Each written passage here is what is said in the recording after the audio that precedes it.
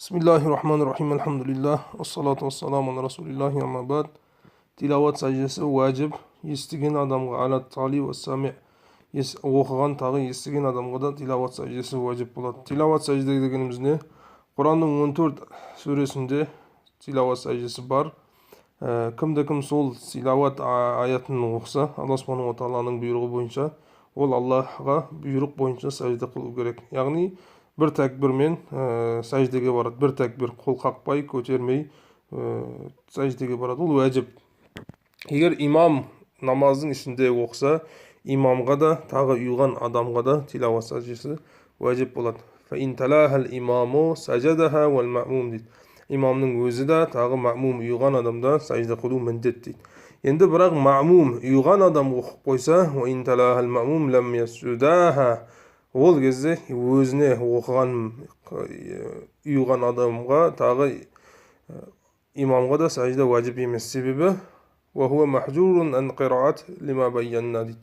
Ол кезде қираттан қайтарылған, мәхжур болған, тасталған қират ол үшін. Сол себептен оған қират оқу уәжіп емес еді. Сол себептен оған имамға да, өзіне де уәжіп болмайды. Имамдың тилават сәждесін намаздың сыртындағы адам وَإِنْ سَمِعَهَا مَنْ لَيْسَ فِي الصَّلَاةِ سَجَدَهَا, намаздың сыртындағы адам имамдың тилават сәждесін аятын естіп қойса, намаздың сыртындағы адамда сәжде қылу міндет. وَإِنْ سَمِعَهَا الْمُصَلِّي مِمَّنْ لَيْسَ مَعَهُ فِي الصَّلَاةِ, намаздың сыртында бір кісі тилават сәждесін аятын оқып қояды, намаздың ішіндегі адамдар естіп қойса, олар не істейді? Сәжадаха бa'да салат дейді. Намаз біткеннен кейін өздері жеке сәжде қылу керек міндет. Енді имам намаздың ішінде, немесе жеке оқушы намаздың ішінде тилават сәждесін аятын оқып қояды, ол сәжде қылу міндет. Бірақ ол ұмытып қалады. Фалам ясжудха фиха сағатат. Ол ұмытып қалған жағдайда намаздың сыртында ол адам сәжде қылмайды. Себебі орны намаздың ішінде, одан кейін ол мойнына түседі. Бірақ күнәһар болады.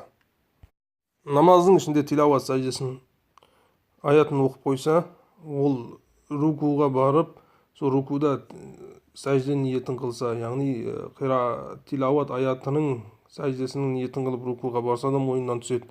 وَلَوْ تَلَاهَا فِي الصَّلَاةِ إِنْ شَاءَ رَكَعَ بِهَا, немесе وَإِنْ شَاءَ سَجَدَهَا ثُمَّ قَامَ فَقَرَأَ, қираат аятын, тилават аятын оқып, содан тіке сәждеге барып тұрып, қираатын жалғастырса да болады. وَهُوَ أَفْضَلٌ деп айтты, сол ең дұрысы. رَوِيَ ذَلِكَ النَّبِيُّ حَنِيفَةٌ رَحِمَهُ اللَّهُ.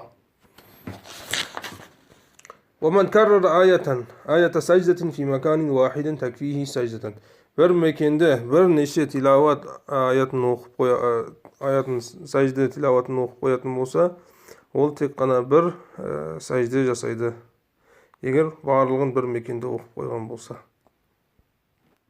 Алейкум ассалам ва рахматуллахи ва баракатуху.